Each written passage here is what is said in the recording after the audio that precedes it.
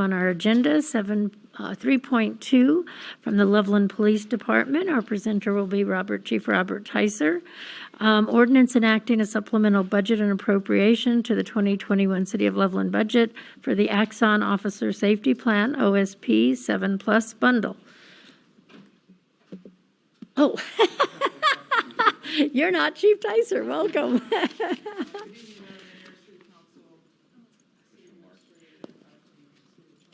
You want to turn on the microphone?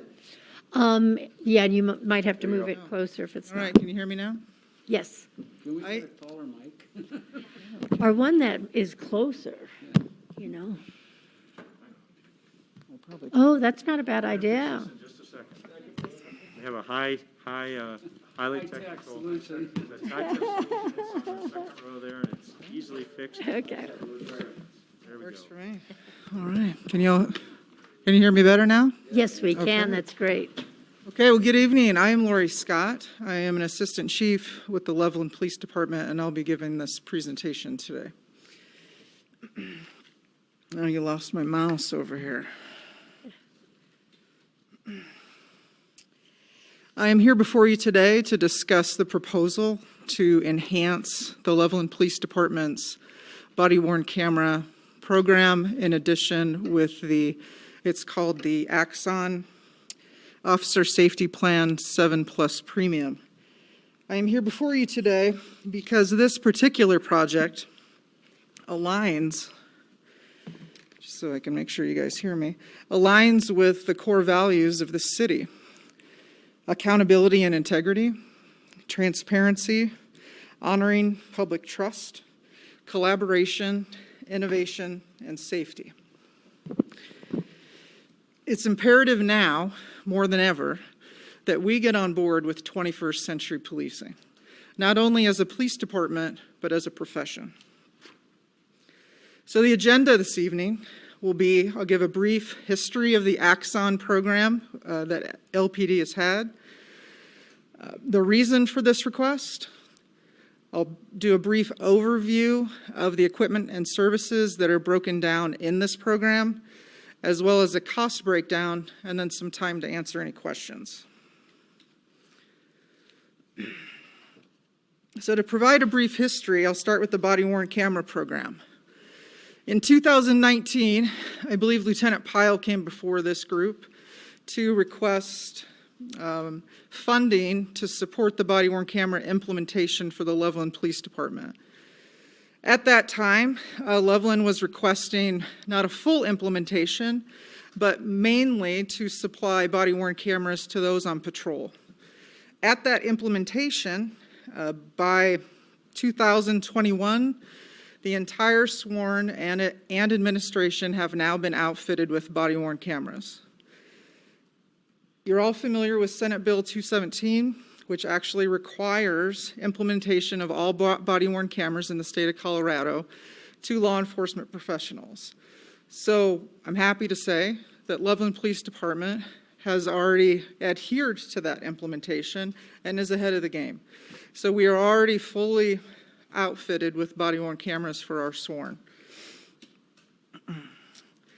In addition to the body-worn cameras, we also have had the taser implementation in effect since 2005. Taser is a main, less lethal option for law enforcement officers to use under the use of force program. In 2005, Loveland Police Department implemented the less lethal option to sworn members of its agency. By 2021, all sworn and community service officers have been issued and carry tasers with some exceptions per policy. Currently, Loveland Police Department has a mixture of tasers. We have some X2s, we have some X26s, and we also have a few X26Ps out there, of which are no longer serviced. Technology is just becoming old, and we need to enhance that. So tasers, if I want to do a great comparison, is like an iPhone. The second you get one, within a year or so, there's better technology and there's better advancements. And that's where we are today when we look at the comparison of an X2 versus the X7. So So the purpose of this request, to appropriate funding to provide this much-needed upgrade to our current Axon equipment and services that will enhance and provide greater tools to not only members of our sworn department, but members of our professional staff as well. This will increase the transparency of our officers' actions, as well as enhance our training program within the Loveland Police Department. Lastly, it will also enhance some efficiencies when we look at policy reviews, answering to record requests, and other items. I gotta catch up. So when we look at the equipment, there's a workflow, and I felt that this chart kind of accurately displayed what exactly all of this equipment does, because there are certainly competitors to Axon, but what made Loveland choose Axon was its capabilities to interconnect and speak to each other. So you have the officer who is out on the streets, has a taser, a body-worn camera, and a signal sidearm activation, which I'll talk about a little bit later in this program. And when an incident happens, there's body-worn camera and other taser information captured that is sent to evidence.com, which is a cloud-based storage system. And then upon there, that's where reviews happen, that's where things are monitored, that's where things are reviewed. And then we have the capability of sharing. That could be to the district attorney's office, that could be to prosecutors, the press, other people within the police department, such as administration. So I don't know of any other brand of body-worn cameras that will implement and integrate all of these things together. So the body-worn 3 camera in and of itself, we're currently with the body-worn camera 2. So the enhancements of the body-worn camera 3, it has advanced low-light capabilities. It has a clearer frame back. So when we want to play things back frame by frame, the view is much sharper, it's much more clear. It has real-time alerts. There can be settings put into evidence.com that will allow the body-worn camera to trigger real-time alerts to supervisors if a weapon is drawn, if a taser is drawn and or activated. There are live updates of the cameras, meaning if there's a critical incident on the streets and I would like a live view of what that looks like, I can plug in to one of the cameras out on the streets and literally get a hands-on view of what's happening in real time. In addition to locations, it has a GPS feature. So if an officer is injured, incapable, I'm not sure where all of my officers are, I can pull those up, and if the body-worn cameras are activated, I can actually get a mapping of where those body-worn cameras are. And then I already covered the live stream video and audio. The upgrades to the TASER 7, which is by far one of the best, less lethal options that is out there and is capable and available to law enforcement. One of the biggest features that I personally liked about it was a de-escalation feature. This is a warning arc, so to speak. If you've ever seen a taser deployed, or if you've ever seen a demonstration perhaps, this is the only taser out there that actually has what's called a warning arc. We can do a warning arc with an older model, but you would have to physically take the cartridges out, which obviously would not be beneficial in a high incident profile situation. There's a button that will actually give an audio and visible warning of the electrical current, of which I think would definitely enhance compliance from someone of which we are interacting with. So I would definitely consider that a really true de-escalation feature of this particular weapon. It has improved darts. There's a heavier dart, which will penetrate heavier clothing and increase accuracy. Oh, look what I just did. There's a tilt selection. This particular weapon has 2 cartridges, which will allow for 2 deployments if that becomes necessary, just by a mere tilt of the weapon. So that decreases an officer's physical and mental capabilities, or And just that whole training feature of not having to worry about an extra step of taking one cartridge out, putting another cartridge in. It's just a mere tilt back and forth to be able to access that extra cartridge. And lastly is Axon signal enabled, which means the second I pull my taser, it activates my body-worn camera.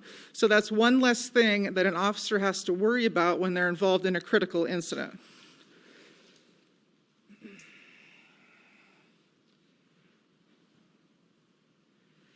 With the new TASER 7 comes what they call a halt suit. This isn't a great picture to depict it. However, it's actually a suit that a person can, an officer or a training person can put on for training purposes. There are specific cartridges to use for this halt suit, and it really provides a more realistic training opportunity for an officer. In order to maintain a TASER certification, an officer needs to be able to deploy 2 training cartridges per year. And the only way we've been able to do that is on a cardboard target. So the target's not moving, it's not interacting, it's not communicating, there's no real life scenario.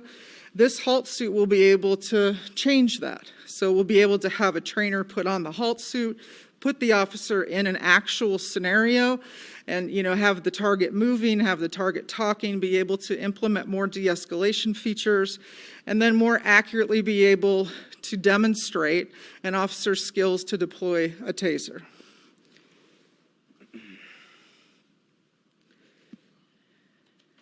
So one of the next key features is the VR training, which stands for virtual reality. Virtual reality, if anybody's had an opportunity to experience it, there's a lot of video games and other items out there. This is definitely the leading trend in technology today. And to be able to provide our officers with a virtual reality option at such easy efficiency is really by far some of the best training capabilities I have seen in my almost 30 years of law enforcement. So in the virtual reality scene, there's a trainer who has what merely is similar to an iPad, can run an officer through the training scenarios with their headset on. Now there's two facets to this. There's a community engagement piece, and there's a simulator training. The community engagement piece is more of a de-escalation piece. It allows 2 facets: for the officer to experience a scenario in the realm of that individual they are encountering. So if that person is encountering a mental health episode, the officer can put the virtual reality headset on and literally experience that episode, whether it's a psychotic episode, whether it's a schizophrenic episode. There are various scenarios in the eyes and in the mind of that particular individual. Then they can flip the scenario. And now the officer responds to how they would respond as a police officer. There are certain choices that they can choose just with a nodding of the head, and then choose what that particular officer would do in that particular situation. On the other facet, there's the simulator training. This will incorporate an officer's taser and a training sidearm that will be able to, again, provide a more realistic training base for the officer to encounter different training options, and for the trainer to be able to see as a trainer, how is this particular officer responding to use of force, to de-escalation, and to using proper equipment as per policies and procedures.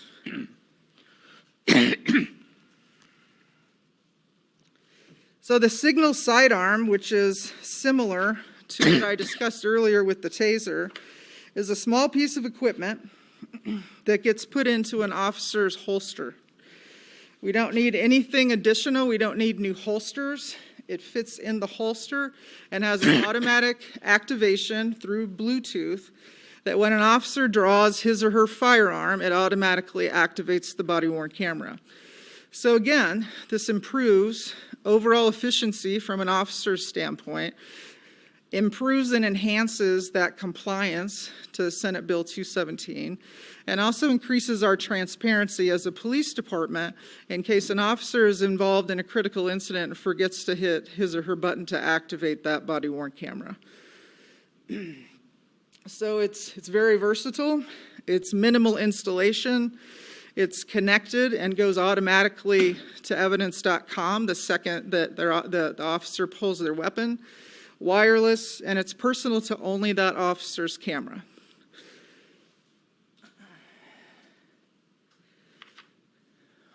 So this goes hand in hand with the evidence.com, which is where all of our evidence and our videos are stored.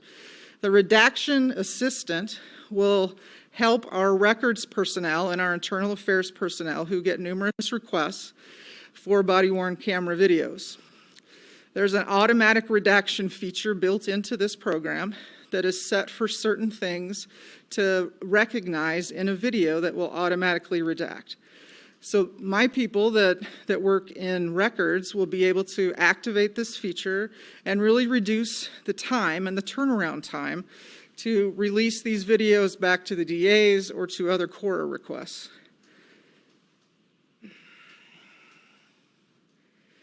Also with this program is a section called Axion Performance.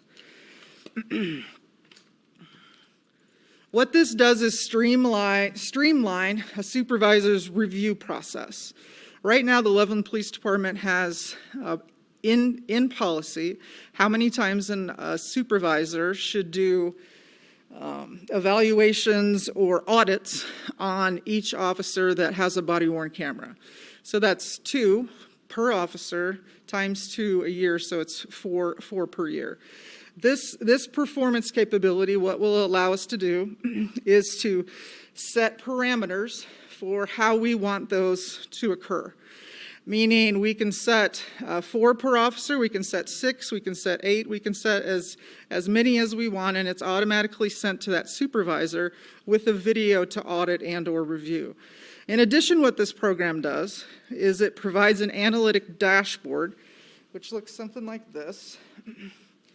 So an officer supervisor can sit down, look at if anybody is violating policy when it comes to body-worn camera activations, if anybody is absolutely exceeding expectations, meaning like a perfect body-worn camera policy and procedure follower, and just will be able for us to identify any issues, maybe any training deficiencies that we need to enhance to ensure policy and procedure compliance.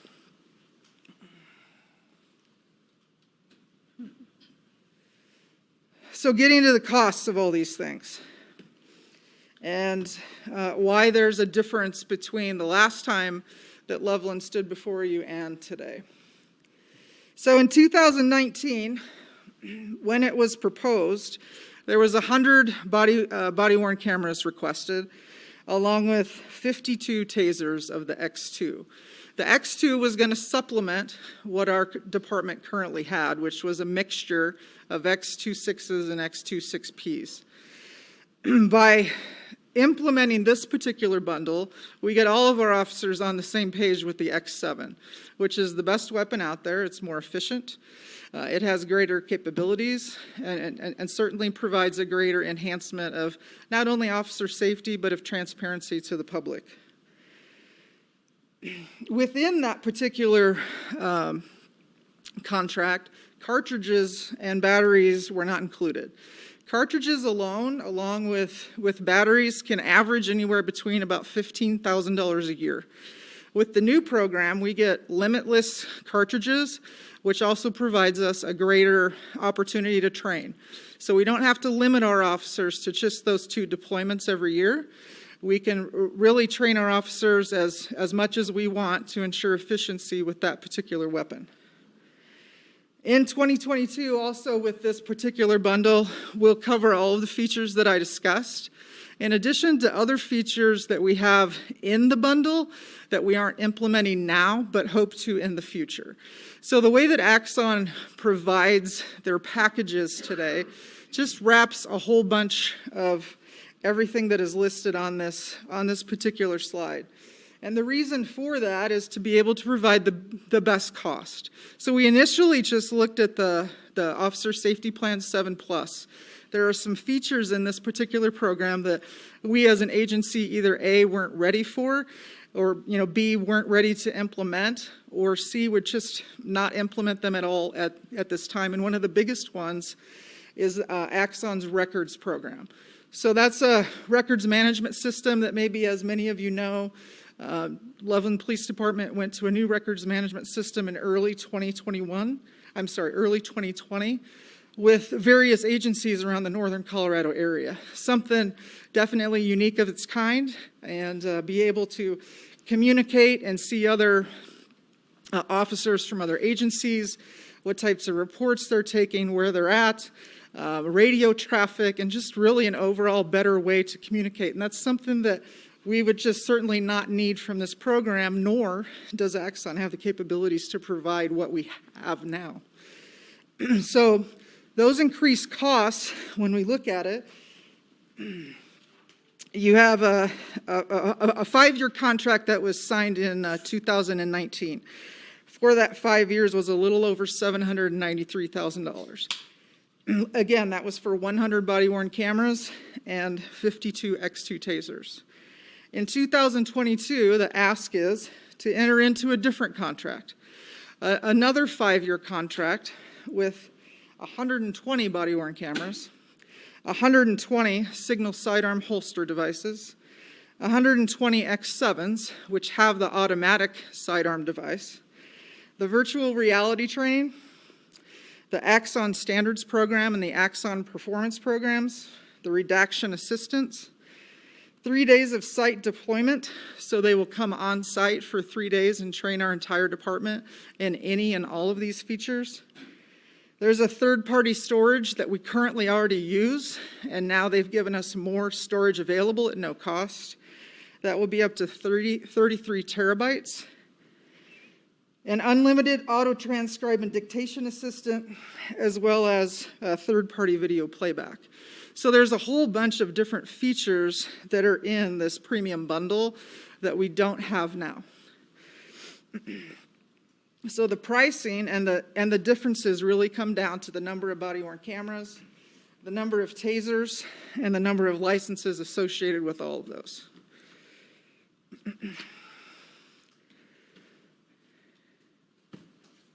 So in 2022, year one, the new cost would be $322,000 a year. We have allocated $200,000 for year one. So we are asking for a little over $122,000 to supplement year one. In subsequent years, we will stick to the $322,000 payment.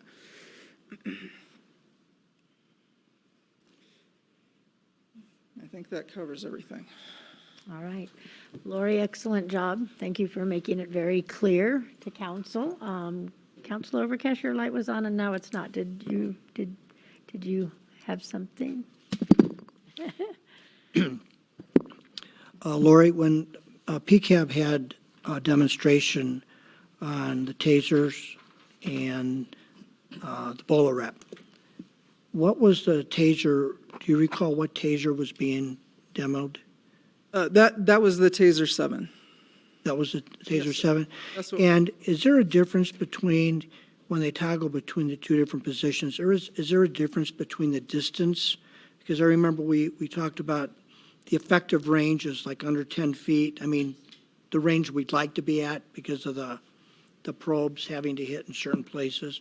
I don't recall if there was a difference between those two, but I remember it was an easy toggle from one set of it is. cartridges to the other. It is, and unfortunately, I don't have the exact answer to that. I could guess. I do have Brian Mojito from Axon here, and Madam Mayor, with your permission, he could certainly answer that question for you. Come on up and join We us. could just, maybe for the benefit of council, they haven't seen tasers deployed or what the range is and anything like that. And give Because us your name, they're not please. appropriate for certain distances or when somebody's right on top. Yeah, great Could you question. just give a little information on that? Absolutely. So my name is Brian Matino. I'm the agency's account manager with Axon. It's a great question. So a little education on TASER. In order to have a successful deployment, you do need to land 2 probes on the individual. And in order to have a successful deployment, you need to have a cartridge that is designed to shoot those probes based on the correct range or the distance that person is away from you. With the with the TASER 7, what we did is we actually looked at our data and the range for deployments around the country, and we have redesigned our cartridges to have multiple options for close range encounters and also standoff encounters. So for example, if the agency had a short range cartridge in the first bay and a standoff cartridge in the second, the officer would have a very quick ability in the field to toggle between both bays to make sure that they have the correct cartridge for the range that they're about to deploy, with the goal of just having a successful outcome. Great, thank you. I thought that was the case, but I couldn't remember the distances. Our short-range cartridge is now designed to have a successful deployment in as close as 4 to 10 feet, which historically was not the case. What we found out was the vast majority of deployments with the TASER 7 actually happen at very close range. It's closest like that 4 to 8 feet. And so with the new TASER 7, the agency would have a cartridge that's designed for that range to have a greater likelihood of successful outcomes. Great, thank you. And Brian, you may want to take a seat in the front row because you may have other counselors with questions. Very, very good. Thank you. Counselor Overcash, are you finished? All right, Counselor Olson. Yeah, thank you. I pulled this because, several reasons. Number one, we have 3 new counselors, and my feeling that they were unlikely that they were familiar with a very important commitment that the council has made in previously, going back before 2019 when we supported the testing of a variety of tasers or a variety of body cameras. Secondly, this is a significant investment, and it's $1.6 million over 5 years. And basically this is over doubling the cost of what we've invested previously. Thirdly, this impacts, I think, positively public safety. And I hope that this positive step will help build our relationships with the public, and I'm hoping that our reporter will pick up on this and talk a little bit about it. Just a comment, going back to something you said early on, I think this council is very up with the technology of the 21st century and very supportive of our police department. At least I think we have been in the past. I want to point out also that if a vehicle has a dash cam, that's an acceptable alternative according to the statute to a body cam. And next. Question, so. Yeah, well, I'm getting to that. Questioning Yeah, period. I'm getting to that. I needed to make some preliminary things. The statute requires peace officers to have body-worn cameras, not administrative officer or administrative staff. How do we define peace officers? Well, actually, administrators are in there as well. There are some exceptions, but we have outfitted all of our sworn, including the chief, myself, the assistant chiefs. Everyone that is sworn on the Loveland Police Department has been issued a body-worn camera. And how many do we have? Today, How many people? 108-ish. So why are we getting 120 cameras? Projected growth without question, and also if there's any issues, problems, technicalities, we have a spare, certainly a spare group to go to pull those from. The budget has 115 officers listed. I think Chief Ticer, are you wanting to come in and weigh in on this? Welcome. Thank you, Mayor. Bob Ticer, Chief of Police. Counselor, I just wanted to address that. It is correct, 115 sworn as authorized positions with authorization from the city manager for 2 overhires. That moves us up to 117. That gives us a buffer of the 3 in case one breaks or, there's another need for it. I'm on my second one right now, and I'm not as in the field as the others. The other one just stopped working. I don't know why it did, but it gives us just a very conservative buffer there. So, I'm sorry. Thanks. Assistant Chief Scott just brought up another very valid point. I think she answered the question on the police officers. If you're a sworn officer on the department, regardless of the rank, we all go through the same training to maintain our certifications. But we also have a handful of additional staff that as community service officers. Those are the officers that handle parking enforcement. They handle a lot of minor traffic crashes and such, and they handle booking for officers as detainees are transported to Fort Collins. They are not sworn personnel, but they have interactions with the public just as much as the police officers. So they wear the cameras as well too. So that's where you get the numbers going up. Okay. Thank you, Chief. Yes, ma'am. The, originally when are we leasing these cameras? No, sir, it's actually not a lease. However, it's just an easier way to break out that amount of money when you look at a $1.6 million commitment. At the end of the 5 years, we own everything, and that includes another upgrade to the body-worn camera at month 30. Is that correct? At month 30. So 30 months from now, after we obtain the body-worn camera 3, there's projection to have a body-worn camera 4, and that will be included in this particular bundle. If one breaks, who is responsible for getting it fixed? Axon. Okay, and how long does it take them? To fix one? Yeah. I have no idea. Welcome back.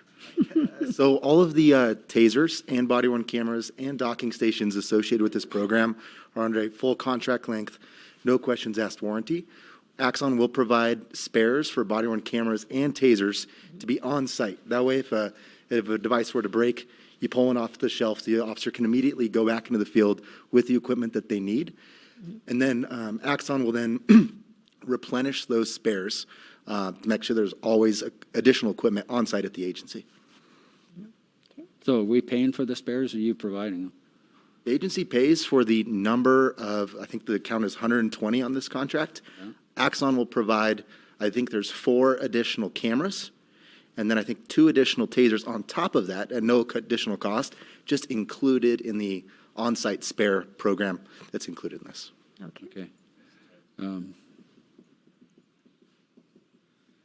Okay.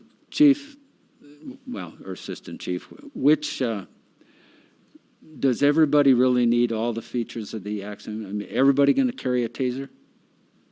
Not everyone carries a taser right now. Those that are out in patrol all carry tasers. Yeah. Those that are issued a taser are required to carry a taser. I think that that's something that we can look at as a department as far as what the requirement is to issue tasers and then require those to be carried on duty. But for now, it is the majority of those that are issued and implemented are all patrol-based. Which is how many? Just in patrol alone? Chief, I'm sorry, I'll have to defer that number to you. 60? Aren't I a question box, Chief? I don't have that one in my pocket. The sworn officers in our patrol operations is obviously the largest portion of the sworn-in department under Assistant Chief Ray Butler. And I'm going to go out on a limb and say 68 currently. I saw that number the other day. I'm hoping that's the correct number. That I'm going to say that's my best recollection today. We're obviously down in positions as we're at the 108 you heard with many conditional officers out there for new hires coming in. But Assistant Chief Scott, she has the detectives, which is sworn, the narcotics task force. We have the school resource officers, which is 9, but it's in the 70 area right now. But Okay. we're lower staff right now than we need to. We're going to catch back up, and I believe we're approximately 10 down. Okay. Yes, sir. Assistant Chief, in case you hadn't guessed, I'm the bean counter. And so I'm the one that looks at the numbers. And so that's the reason for some of my questions. Well, if you don't mind, sir, I would also like to add that, obviously due to staffing, extra assignments such as the air show, there's shoplifting assignments going on. Anyone is eligible for those assignments and they'll go in full uniform. And so to have that equipment available to everyone, there's certainly significance to that. Okay, I hear that. And I'm supportive of us equipping our officers. I question the number, so that's my concern. I think I'd like to see us address needs, not wants. So, and I don't think that's happened here. So, thank you. Is there a question in that, and do you wish to respond? Do I wish To to? you. I'm asking you, Lori, do you want to respond to that? Sure, I would certainly, I mean, I'm certainly not going to argue with the councilman, but I would just say that it is imperative to provide our officers tools, especially when it comes to a de-escalation tool such as a taser and the capabilities that the X7 has, which has that special de-escalation feature, which will give the warning arc, and it'll give an audible and a verbal warning to somebody that they encounter where they feel that a taser would be the best option. If I have a large critical incident and I have a mass call-in of everyone in this police department in full uniform, I certainly want them to be able to have the same tools as everybody else has, and the Taser 7 being one of them. All right, thank you. Counselor Sampson? Thank you, Madam Chair, and thank you for all, this is pretty cool. I'm pretty excited about it. But I do have a few questions, and a lot of them were already touched on from what Counselor Olson said, primarily just about like the warranty and the upgrades and that kind of stuff. So I appreciate getting that information. So I had some questions about the live stream. Will dispatch or someone be watching it as it is being streamed live? So the live stream option really would be a selective base. If I was to implement it today, it would probably be administrative levels, so supervisors and above, to get a good sight into a critical incident, for example. It isn't an oversight per se. It's not just to casually check in, or that's really not its purpose or its use. But it's when there's a live, so I could give an example of the Boulder incident, and the officers that are arriving on scene and, are right there, and we have some supervisors back at the scene or back at the office trying to determine what are the needs of this critical incident without being able to get on the phone and ask one of those officers. They can tap in and literally see what's going on. That information can be relayed to SWAT. That can help with overall tactical preparations and really other needs that could benefit, ending that scenario the safest way that we possibly could. Okay, cool. And that live stream is included, and we have that for the full 5 years, and then we would have to re-up, basically, or that's like, hey, you paid it off, you've got it? No, that's one of the features of the body-worn camera 3. Okay, so it's not like a cloud-based Included in the, yes, that feature is included in the program. Okay, great. I definitely could see application for that as we're growing our co-responder program, in some shape or form. If we have co-responders out in the field and we have officers, that need to respond that didn't go with them, which we aren't, I know that's not the program we're doing right now, but who's to say in the future? So it's cool that we have that option. So thank you for that. Also, are we increasing our review of the videos or our data management personnel or adding positions or anything, because we are able to now increase the features in the data that can be collected? So are we just kind of pushing this onto our administrative staff and our sergeants and our leadership, or are we adding additional personnel to review these new things so we're faster, more responsive, and more on top of it? So when you look at the data that's actually being collected, and I had some stats here in my notes that I can pull. So since we've implemented the body-worn camera in 2019, let me just grab the numbers so you all can get a... So since 2019, over 154,000 videos have been captured, over 40,000 hours of video, which equates to about 74,000 gigabytes of video captured. So that's what we've been able to capture thus far just with this system. If you look at it on a daily basis, we're capturing about 162 videos a day, almost 163, with an average of about 43 hours per day. So all of that is housed in the evidence.com. It's the core requests and the requests from the DAs and the prosecutors and the defense attorneys that really require the records personnel to extract that data, to redact it. So that in and of itself isn't changing as far as data gathering. The data maybe you're referring to is under Axon Performance, where we're able to see body-worn camera compliance as far as when it's turned off, when it's turned on, when it's activated, when it isn't, as in addition to the tasers. So same thing with the tasers. When you pull a taser, that same information is now extracted and housed in evidence.com. It actually makes it easier for the supervisors on the streets to be able to tell, because they're already required to do so many audits a year, when their officers are being compliant, when perhaps an activation was missed. And certainly those things can happen. But the biggest ones that we want to make sure aren't missed are the use of force, which is the use of the taser, and then the deadly force, which would be a use of a firearm. We want to ensure that those are captured, that the officer doesn't forget to accidentally tap when one of those critical incidents happens. And these two features allow that. Does that answer your question? It does. I think what I'm really thinking of with the data collection is really like a more proactive review of, so kind of what you touched on with like the compliance piece. I can see that, I guess, and it does sound like it might even shorten or reduce the amount of work that a review person would have to do, potentially. But I think that paired with the live stream feature, I mean, has there been meetings with Axon about how other communities are utilizing these tools, and have they been able to, I don't know, reduce workload, or, we know that our officers are working a lot of overtime. Are we able to reduce that?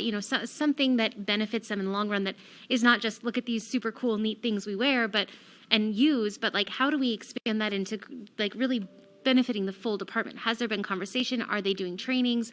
And what does that look like for the needs from us for like personnel and things like that? Like, how do we really adopt it? It seems super great, but how do we make it like a whole program, not just like, awesome, we've got great cameras? Right, absolutely. And that's the features of this particular right, but I mean, program, like, right? how are we implementing those? So we will implement all of the features that I described. So the redaction, for example, we've been test trialing that for 3 months or so. We've had some high-profile incidents that have required a lot of redaction hours. So when a records assistant sits down and watches these videos in the past, so if I picked a certain frame that I wanted blurred, if it was a suspect or someone that I'm for the privacy interest, I am blurring that particular person on frame 1, I will blur it.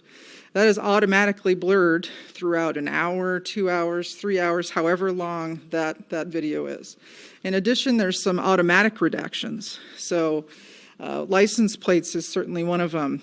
The officer's mobile data computer in their police cars, so that all of the private information can't be, witnessed or observed. That will automatically redact throughout the entire video. Right now, we're doing that manually, basically. Frame by frame. Okay, so that's great. Okay, Yes. that's super. So that's like kind of what I'm thinking. Like, how are you implementing that's benefiting the whole? Not, of course, it's going to benefit the whole department, but the staff and everything. And then. So I had another question about the Axon. So it's turned on, your camera is turned on when the taser is pulled, I think you said. Did you say pulled? Does that mean like out of your holder, or does that mean like when you deploy it? So there's 3 times that it automatically redacts, but I'll have Brian just. Welcome back. And so there's kind of 2 flavors as far as how cameras can automatically come on in critical incidents. With firearms, for example, with signal sidearm, the second the firearm leaves the holster, that is going to turn on the camera. That's going to send out that beacon for cameras to turn on. And that's going to be potentially any Axon camera in the vicinity. Specifically around tasers, if the safety is turned off on the taser, the de-escalation or the arc switch on the side the goal of any department is to preferably not have to fire the taser, but if they have to, either a trigger pull or the de-escalation arc, which is a button on the side, which just shows the visual on the front. All three of those actions would make sure that cameras come on. Okay, so it's like pre-event. It's not like when it's happening. It's you capture a little bit beforehand. Correct. So those would make sure that cameras come on. And then also, the agency has historically, or since the inception of the program, had a pre-event buffer capability, which means when a critical incident happens and the camera is activated, it would go back to the previous 30 seconds and grab that video to make sure you get the pre-context, because things can often unfold quickly in law Right. enforcement. Okay, that's super neat. Is there like a sensor for the firearm, like the holster? Do you just put a little sensor in there, or is there something? How are you making? Because we already have that. You're not providing firearms. We already have that stuff. Yeah, so no change, obviously, to the agency's existing firearms or existing holsters. It's a small wireless device that goes on the outside of your existing holsters, and that's pretty much it.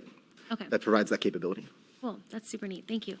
And then I had a question about the virtual reality. So the community engagement piece seems super neat, but what is the research on the efficacy of it? Are officers talking about how they're applying this in the field? And that kind of also made me wonder: are we engaging with other communities who are investing in this type of technology? Do you host like town hall conversations where communities can talk about how they use it so that we can get the best use out of it? And that's like 5 questions in one. Sorry about that. Yeah, so I'll cover a couple pieces. Let me know if I missed anything. So we developed that technology with consulting with clinical psychologists that are experts in this field. Okay. So agencies, so for examples, dementia, schizophrenia, suicidal ideation are just a couple examples where really the goal of this VR training is to build empathy and just get a better understanding of what it's like to be someone who's having a mental health crisis. So you go through the scenario and you get to experience what it may be like to be going through that scenario. And then you go through that exact same scenario, but rather than being in the shoes of the citizen, you're in the shoes of the responding officer. And they can choose how they want to respond based on what they learned being in the shoes of the other person previously. I think the best part about it is it does spark really good dialogue to have a conversation about what it's like. That way, officers can be best prepared for what they're going to experience out there in the field. Are there communities that have come back to you and said, like, this has improved these outcomes, whatever, this is how it's been applied? Anecdotally, we've had agencies that have used this to supplement their training program. I don't think it's going to replace anything Right. that the agency's obviously doing, but the fact that you can pop the VR headset on and do, low or no cost trainings in briefing or throughout the year, just with a very small amount of equipment, helps you just kind of do this type of training more frequently and continue these conversations. Keep it fresh. Yeah. Okay, yeah, cool, thank you. And then I have one last question. I'm sorry, I know everyone's like dying here. What is Axon Citizen for Communities? It was in the new program feature. Did you already touch on that? Is that what you were, okay, so, I can touch on that. So that's a feature that we can implement in, say, an event that we are looking for additional information. So we could provide a link. We could put it on social media. We could put it out through the media to the public saying, such and such crime happened today. If you were in the area, by chance have any information, have any videos you can download, any photographs, here's the link, and then the citizens can actually upload it using that particular link. oh, that's. Did that adequately describe it? Okay. I'm sure that Brian could have an Axon swing to that, but Okay, that's super neat. Thank you. I appreciate that. This looks like a really cool program. Thank you. All right, Councilor Foley? I'll be real quick, real brief. Since the inaction of SB 20-217, have you seen an increase in records requests? yes, sir. And so that's put an undue additional burden on the current staff, then, correct? Yes, sir. And this would help alleviate some of that stress and the increase as a result of that SB 20-270. Yes, sir. Are there any additional grant monies out there? we researched that? We have. So we have looked at grants available on a state level as well as a federal level. Both the federal and state level at the time, I believe it was shortly after 217 was passed, the Division of Criminal Justice here in Colorado had about $6 million available to supplement the implementation of these body-worn camera programs because it needs to be into effect by July 1st of 2023. That was for agencies that were not currently in any contract right now. So that particular money that was available could not be given to a department that had already been in a contract, of which we were. We were in a 5-year contract starting in 2019. When we started conversations with all of these new features, the deadline for that particular grant was September 10th, I believe, of this year. So unfortunately, we weren't able to get any state funding for that. For federal funding, it was for new programs only. So if there was one downfall to all of this in being more proactive and implementing body-worn cameras prior to any legislation, that was the biggest downfall for us when we had already implemented them. So we weren't considered a new program. We reached out recently, and we will certainly watch for additional funding as 2023 becomes available, as well as 2024. Because as you mentioned, with the new legislation, that is certainly, taxing on, not only our records requests, but, just funding as a whole and just trying to keep up with technology. Personal privilege here. What point of privilege? Okay. Counselor Foley, your mic is not on. No one can hear you. His voice carries. I noticed it was off, but his voice carries, but thank you for pointing that out. Thank you. Will this system be available at the new training center, the training aspects to it? And is that something that, So from the taser perspective and the halt suit, I would imagine we will probably keep that at the Loveland Police Department. That's usually where our defensive tactics program is. Easily movable. Same thing with the virtual reality program. And if we were to get this passed, I would certainly want to give a demonstration, allow each of you to use it, to experience it, to be able to see the needs that it can suffice not only to our training program, but as a community piece of, as a whole. We want to introduce it to PCAB as well, allow them to experience it. Unfortunately, the timing was off for this particular program, so we weren't able to run that by them before today.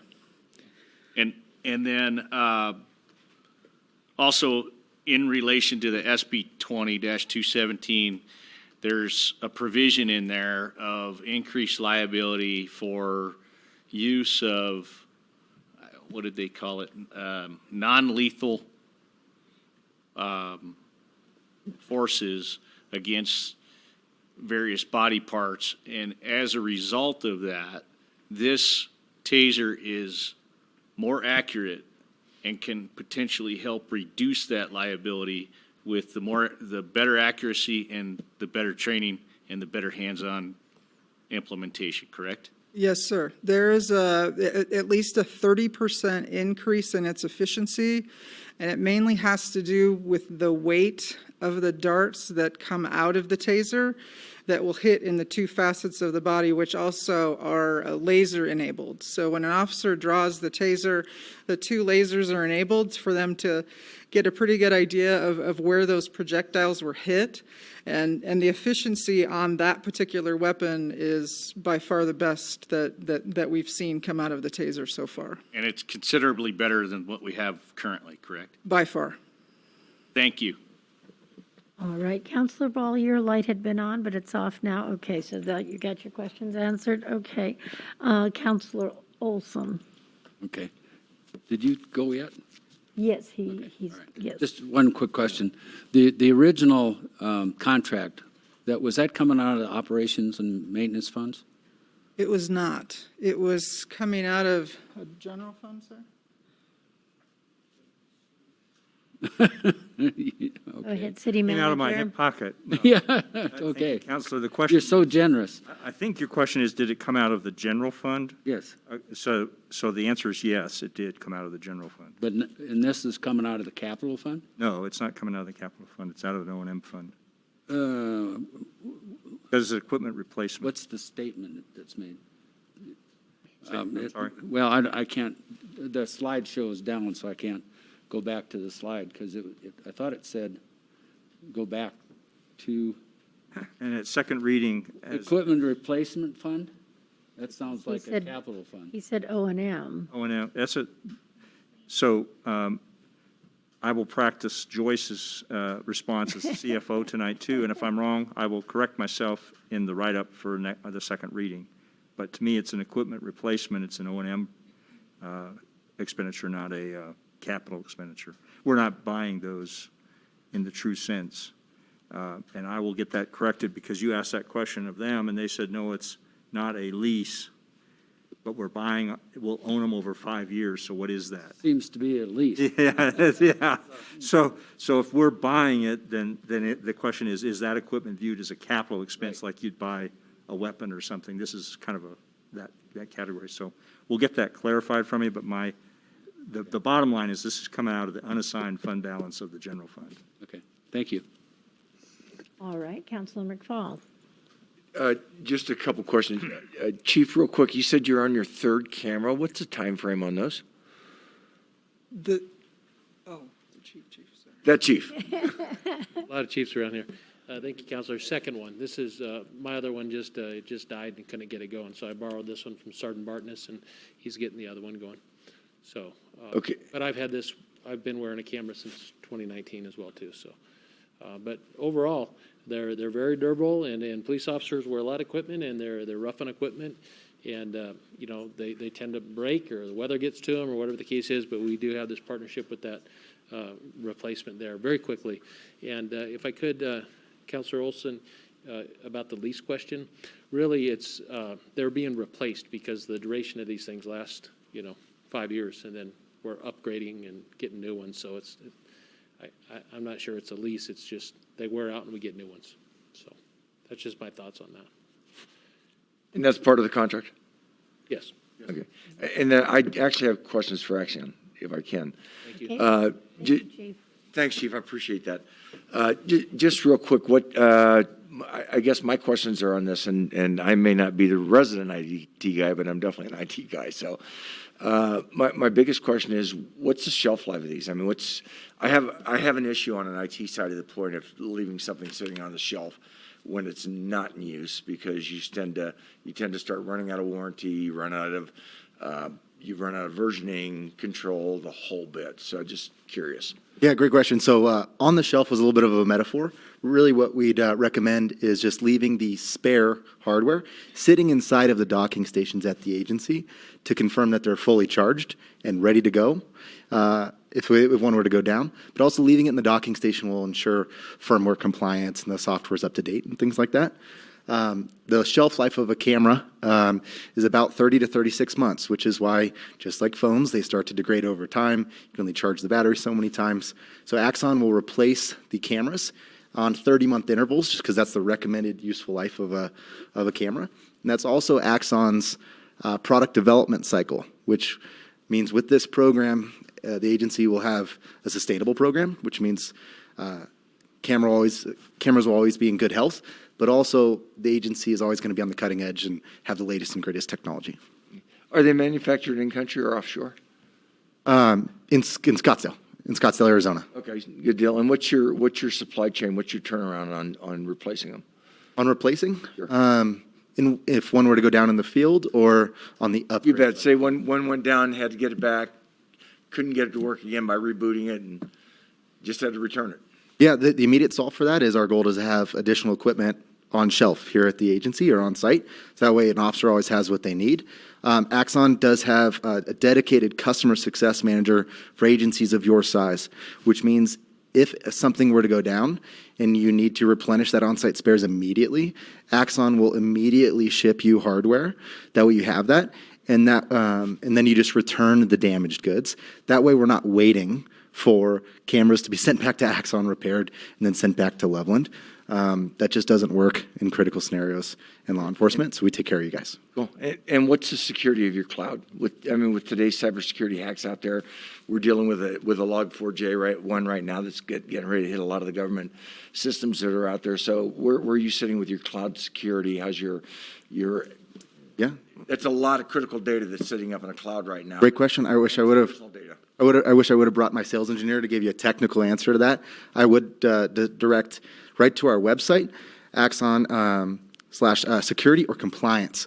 Axon has the largest repository of digital evidence in the entire world due to the number of agencies that we support and the number of recordings that agencies generate, which is why Axon's the most adopted body-worn camera solution with evidence.com.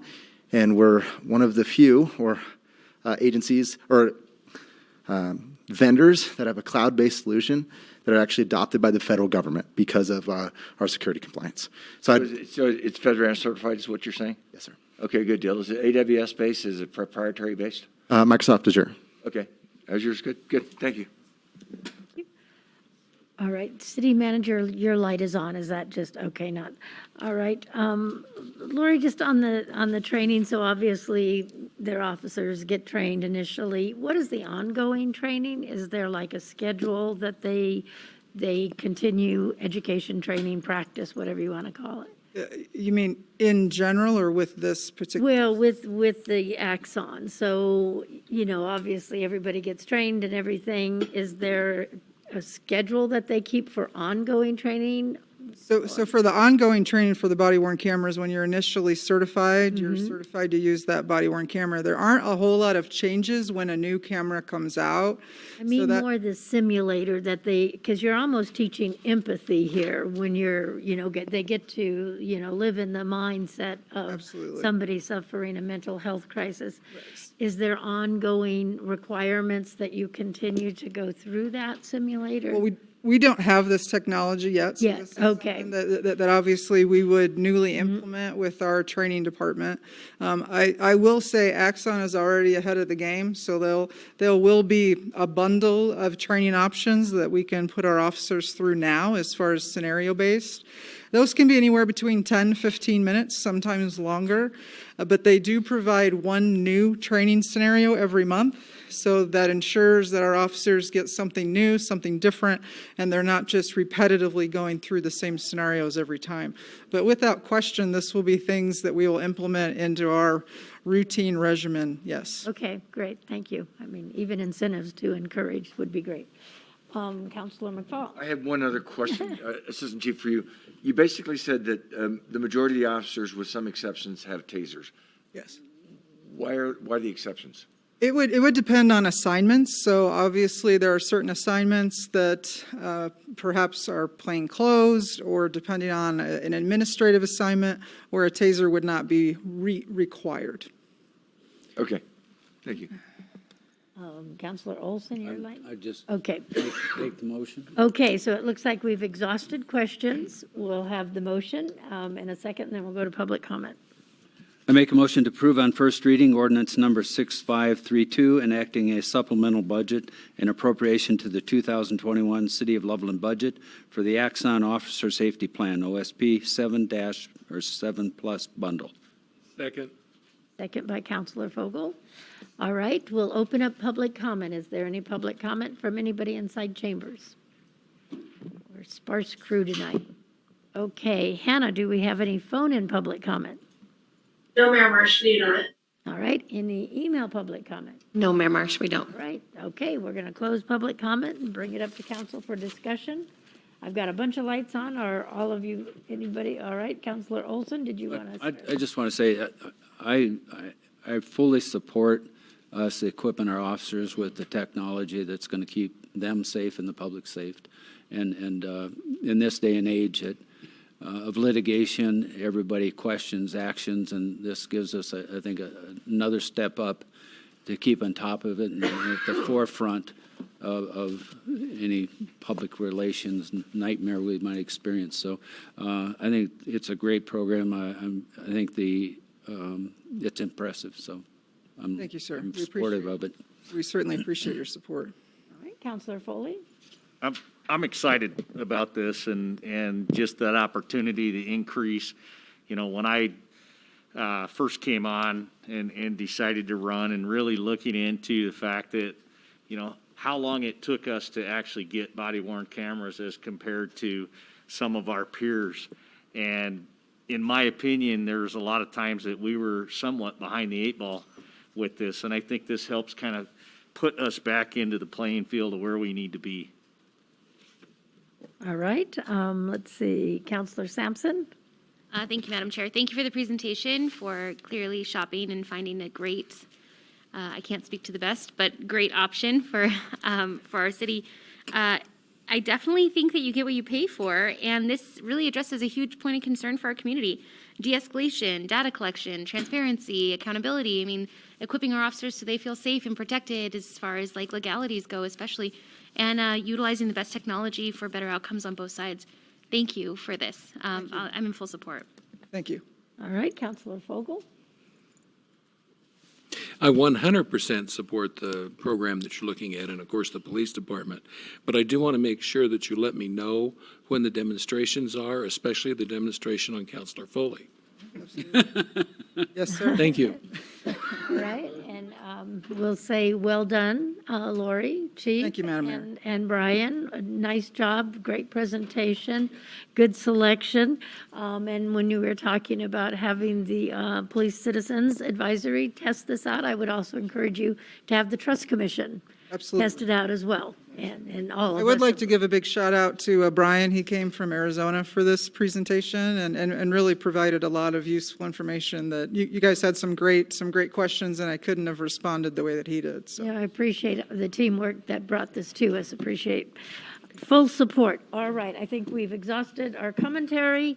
We will do roll call on the motion to approve on first reading ordinance number 6532, enacting a supplemental budget and appropriation to the 2021 City of Loveland budget for the Axon Officer Safety Plan OSP 7 plus bundle. Roll call, please. Ball, Yes. Foley, Yes. Sampson, Yes. Overcash, Yes. Fogel, Yes. McFall, Oh, yeah. Marsh, Yes. Malo, Yes. Olson. Yes. Madam Mayor, the vote was 9-0. Thank you. That motion passes. We are at almost 8 o'clock, and the next item is projected to take about 55 minutes. So we're going to take basically a 10-minute break. Let's resume at 8:10 p.m.